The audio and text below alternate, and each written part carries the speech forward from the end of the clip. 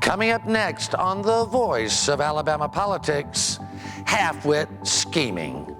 Also, the V-Team takes a look at the Gambling Commission.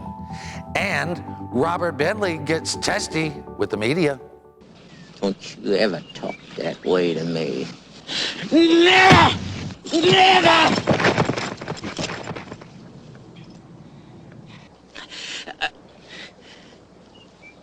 What we've got here is failure to communicate. Some men you just can't reach. Why, surely that was a failure to communicate. All this and much, much more coming up next on The V. The Voice of Alabama Politics with your host, Bill Brett. Now, the #1 political show in Alabama, The V.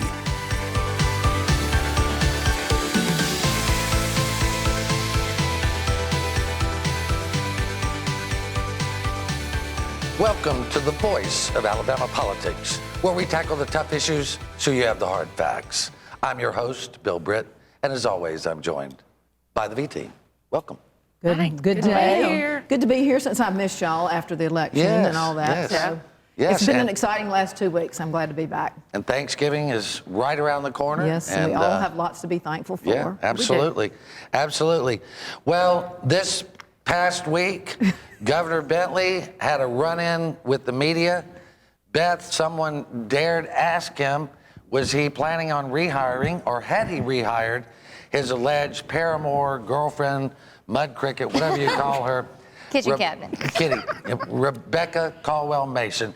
He got PO'd. I mean, yeah, he had that same response that anybody has when they're guilty of something. Like, what do you mean? Why are you asking? Who wants to know? Like, if you haven't hired her, just say no. If there's nothing to hide, then give a truthful answer. Clearly something's afoot here. Well, let's take a look at the clip real quick and just say. As Jack Campbell always says, guilty feet ain't got no rhythm.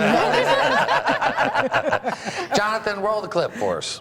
One final question. Governor, after a lot of the stuff centering around your impeachment has died down, would you ever consider rehiring your former staff member, Rebecca Mason? Can I ask you why you would ask that? Sure. We had a source that told us that, so I'm doing my due diligence in that. Yeah. Well, you know what? I really think that unless you have a legitimate reason to ask that, and what you're actually meaning by that, what do you mean? Why can I not hire who I want to hire in my office? I think the people would be very interested in knowing about that. Well, would you be interested, or would the people really be interested? I believe the people would be interested. Well, I don't really think the people really care, as long as I'm helping them. Okay, that's all the time we have, guys.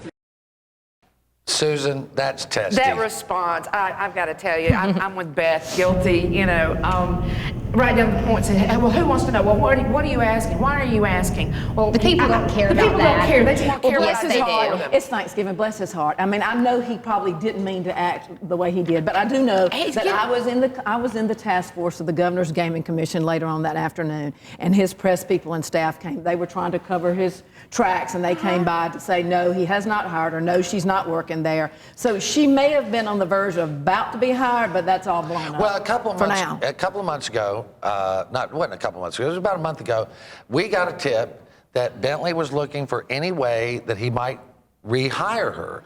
And the notion was that they would hire her at some agency and then bring her back in on loan to the governor. But she would be a state employee. Right. I don't know. I mean, does You she can need... do that. I mean, people have done it for years. Sure. But Well, I mean, they've hired their girlfriends and boyfriends and brought them back in. Everybody just isn't John needs to Mason watch. still on the payroll, though? He is Yeah, the payroll. I husband's just still checked on. this week. Well, so the husband's still on the payroll. Surely she's getting some cha-ching from her husband. So there you go. But That's is another it way to- enough? Yeah, Is it well, enough? She's got a lot of outside contracts with corporations and groups, so I would think that Well, would be that's what enough. we hear. Thing, though, But is she if a maybe the lobbyist or is governor she doesn't a know state that. employee? Like, she can't be both. You can't be getting can't paid tell her by that. Porch Creek or whoever else and also be getting paid by the state. That's not how this works. Wow. That's just not how it works. Well, that's how they think it works. Well, that's though. how Mike Hubbard thought it worked anyway. And we see how that worked out. Didn't work out that well for him. I think it's just interesting, though, that here we are another year down the road, and we're still having to talk about Rebecca Caldwell Mason. I had two legislators call me this week and go, well, you think she's really around? I'm like, We know she is. yeah. We know she got caught near the Wallace elevator, about 3 months ago? Yeah. That office leaks like a sieve anyway. Yeah, I mean, everybody up there. If you think there are any secrets over on Goat Hill, people have got to be kidding themselves. Really? Yeah, there's more rumors on that place than a high school. It's ridiculous. No. And listen, you just can't hide your girlfriend. I mean, that's just the problem. Even if it's just Not a young, lovely girl when you're a little bit older gentleman. You can't do that. yeah, I mean, Can't like hide 30 it. years is a little bit older, right? But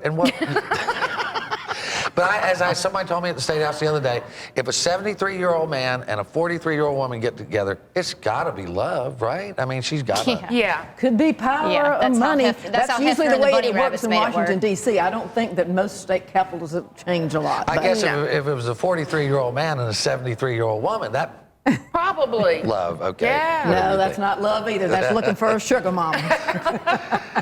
Well, go for Craigslist, sugar mama, sugar daddy. Okay, Anyway. well, we have some other crazy I know. half-wit people going on in We're Alabama, getting there. too. We're getting there. I just didn't want to not give Rebecca her due. Oh, you know, okay. we always like to Make sure that everybody Make sure gets everybody equally knows. treated. What I determined was a half-wit scheme is being revealed by Gerald Dial, Senator Dial, and Quentin Ross have a panel that has been taking testimony over who leaked this anonymous complaint against Craig Pouncey, who was in line to become the Department of the school superintendent, Yeah. the Department of Education. And Susan, the anonymous letter we know now was given to the Ethics Commission by Mary Scott Hunter. It was given by Mayor Scott Hunter. It went to Hugh Evans, who responded by saying, we have received your letter about Pouncey. Even though it was anonymous, Hugh Evans is trying to say now that because it came from the board, that was the party that was filing it, not that it was actually an anonymous letter. Well, and the thing is Pouncey was the shoe-in to get that job, and that cost him the Right. job. And Claire, they use state resources and state personnel. Right, and so, like people are saying, okay, Mary Scott Hunter, what was her motive? Right. Who's funding her pocketbook? Who's put her where she is? Mr. And I Canary. believe all eyes lie towards the Business Council of Alabama. Yeah. And, that's who's feathered her nest. That's who's pushing her for Attorney General and other things. And there's a real reason they want that. And I believe, and thank goodness for Gerald Dial and the fact that he's older and has a better memory than Mary Scott Hunter, that in fact Mary Scott Hunter is the one that told Gerald Dial about all this at BCA, but she just At the BCA she meeting that year. forgot that she told General Allen that. She went to the BCA summer meeting Government down in Affairs Point meeting, Clear, yeah. and spread the rumor that Pouncey had an ethics complaint, and she didn't remember that she told Senator Dial that. Well, she needs to get her little ducks in a row if she's going to try and do these schemes. I mean, that's exactly what it is a half-wit scheme, and you got to have all wits firing if you're going to try and do this kind of stuff. Right. Maybe she should have had more Mike Hubbard's lynchmen behind her helping her maneuver Well, her and I scheme. can Or Tell you where here's it's an gonna idea. get. Don't try to sabotage stuff. Just let it work. If somebody's qualified, let them have the job. Well, Sentence is obviously not qualified. The BCA does like him. The governor likes him. The former governor The likes former him. governor- That's what it's all about. Follow the money in Montgomery, Yeah, all comes Alabama. back to Follow Bob the Ross. I money. mean, Susan, Sadly this enough. kind of dirty tricks, though, we've seen it before. It generally never works out. It never works, and it's going to get exposed. If they're trying to pull a fast one, it's going to come out. Now, what's going to be interesting is after the Thanksgiving holiday, Albritton is going to testify before this committee. My understanding is that Albritton told Hugh Evans to get on this letter, this anonymous letter, that day. Right. When does anybody at the Ethics Commission move faster than the snail's pace on anything? They unless never there's get anything something wrong done. there. Well, wait a in a minute. day. Think about it. The Senate, the Alabama Senate, the legislature funds the Ethics Commission. That was the problem in the past. You got the dog wagging the tail because if a senator or House member says to the Ethics Commission do something, 8 times out of 10, they're going to move on it pretty quickly because they are in But charge of not their the funding. same day. Not No, like they've never done in the this same one. day. Well, Beth, I'll give you the last word on this. They didn't learn a thing from Nixon, did they? They didn't, and you've got the Spencer Collier issue, and you've got this, and they just got to get it together over there. I think somebody's going to be in front of a grand jury very soon. You're watching The V, the voice of Alabama politics. We'll be right back with more news and analysis.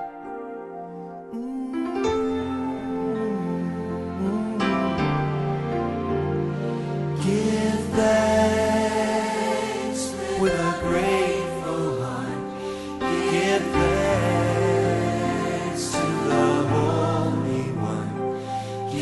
thanks because he's given Jesus Christ, his son. Maybe he's really focused. Maybe he likes spinning the wheels. Maybe he just loves trucks. Preoccupation with objects is one early sign of autism. Learn the others today.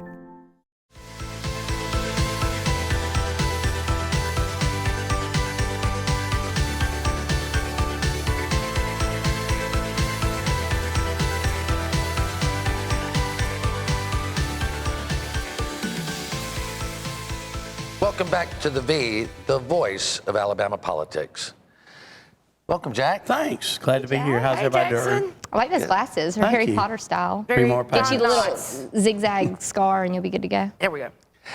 Don't encourage him.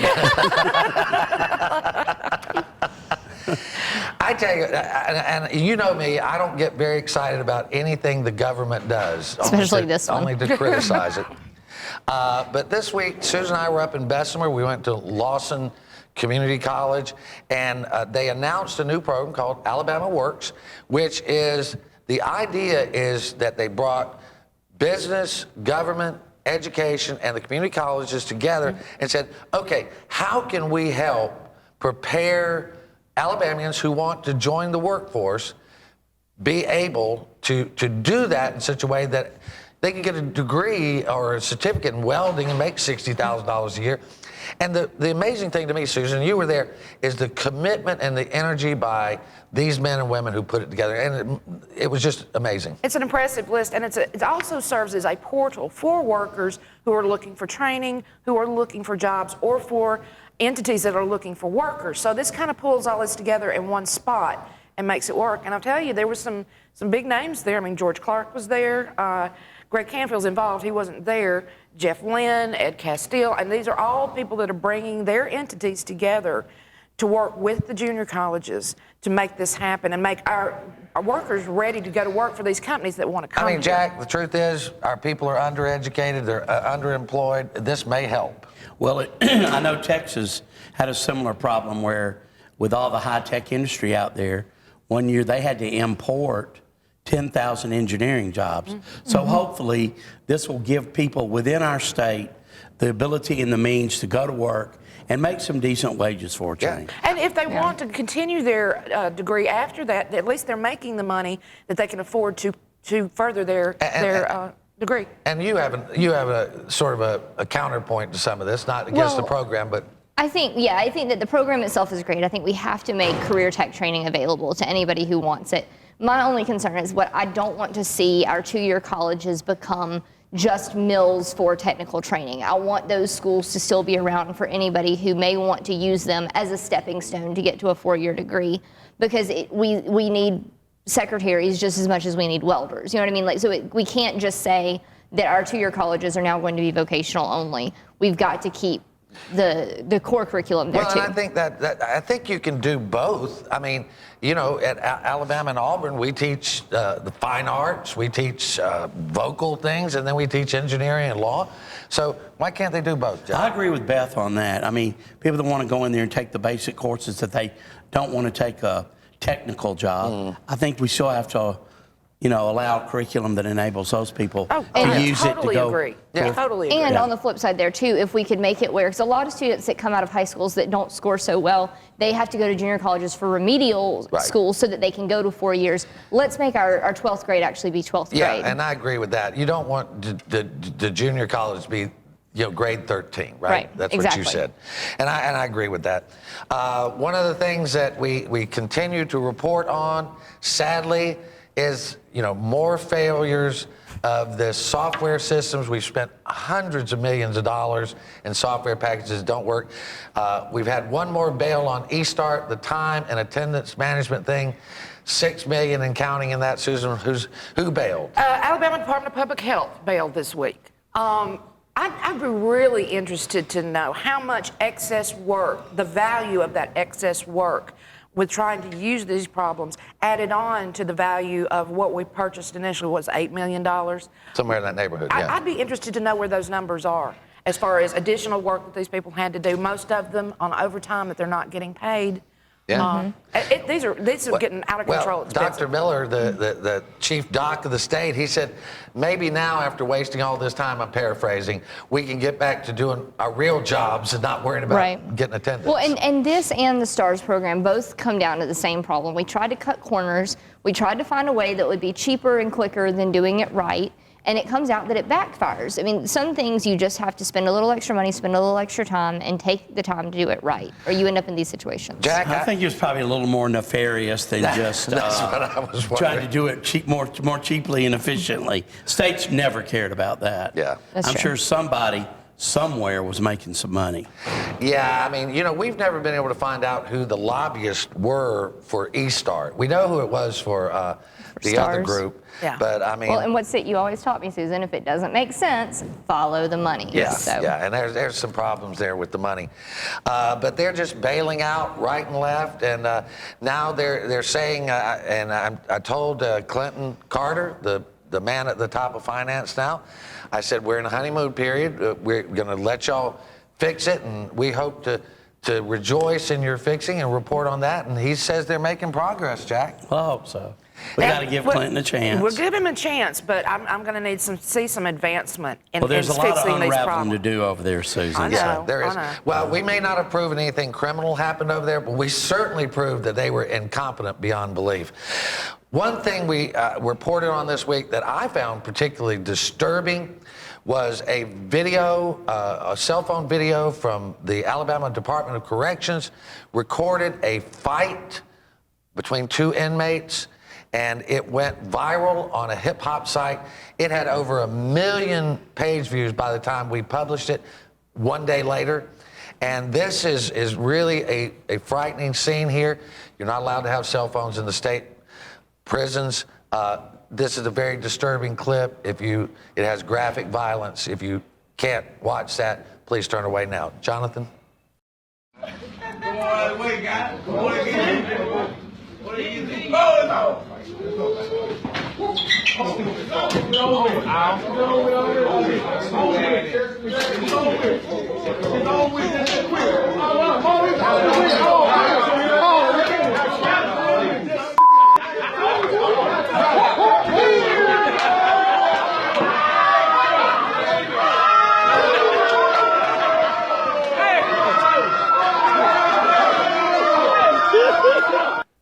Jack, it's chilling to see the brutality of this fight and the way these people reacted to it. Prison guards are probably people that couldn't get an entry level in a police job or a sheriff's job. We got to pay these people more, expect more, train them more, you know, to be able to deal with these things. I mean, we don't put any money in prisons, and look what happens. Now, and on with the guards, one of the things that the governor's new prison plan does not address is the shortage of guards. We've got like 1 guard per 150 inmates. There's no way that 1 guard can watch everything that's going on. As sly as these people are, being able to pull things off behind the scenes, you know, this is something else we've got to address. We have to have more guards. Well, we don't need to build more prisons until we got more workers, right? It's right. Well, and the thing is, too, that, like, not just is it that we need more guards, but we need more guards who, like Jack said, are paid well enough that they don't need to get put on the dole for somebody else so that, you know, 'cause you have guards that'll come in and they'll take a cut of whatever's going on and look the other way. And that's leadership. That starts at the top. That starts with our wardens. This goes back to leadership, failed leadership. You're watching The V, the voice of Alabama politics. We'll be right back.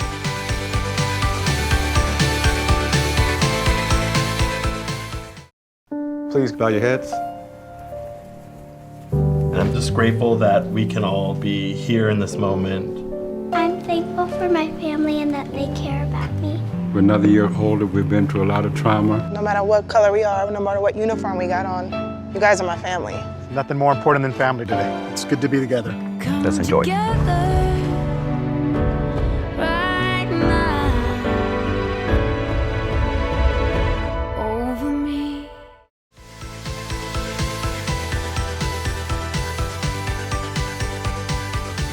Welcome back to The V, the voice of Alabama politics.